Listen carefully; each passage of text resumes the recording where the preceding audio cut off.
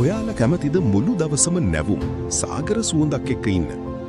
අද මම ඔයාලට අරගෙන ආවේ මේ පර්ෆියුම් ලෝකයේ තියෙන තවත් බීස්ට්ම පර්ෆියුම් එකක් ගැන විස්තර කතා කරන්න. මේ තමයි ලතාෆා ඇට්ලස්. පළමුවෙන්ම මේකේ බොටල් ඩිසයින් එක ගැන බැලුවොත් ඉතාමත් ප්‍රීමියම් සහ අද්විතීය නිමාවක් තියෙන විදිහට තමයි ක්‍රියේට් කරලා තියෙන්නේ.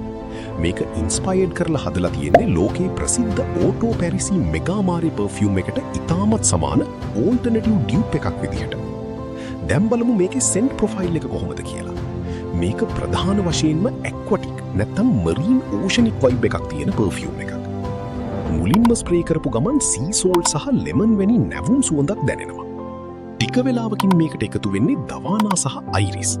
පැය කිහිපයකට පසු ඇම්බර් සැන්ඩල්වුඩ් සහ වුඩි නෝට්ස් වලින් ඉතාමත් පිරිමි පාර්ශවයට ගැලපෙන මැස්කියුලින් ආකර්ශනීය සුවඳක් ඉතිරි වෙනවා. ලතාෆා ඇට්ලස් එකේ තියෙන විශේෂම දේ තමයි මේකේ සුවඳ පවතින කාලයේ තියෙන පර්ෆෝමන්ස්. මේක ඉතාමත් ප්‍රබල බීස්ට් මෝඩ් පර්ෆියුම් එකක්. එකපාරක් ස්ප්‍රේ කරොත් පැය 8-12 අතර කාලයක් සුවඳ හොඳින් පවතිනවා. ඒ වගේම ඔයා යන ඉන්න තැන්වල අනිත් අයට මේ සුවඳ ඉතාමත් හොඳින් දැනෙන ග්‍රේට් ප්‍රොජෙක්ෂන් එකක් තියෙනවා. මම ඒක වගකීමෙන් කියන්නේ.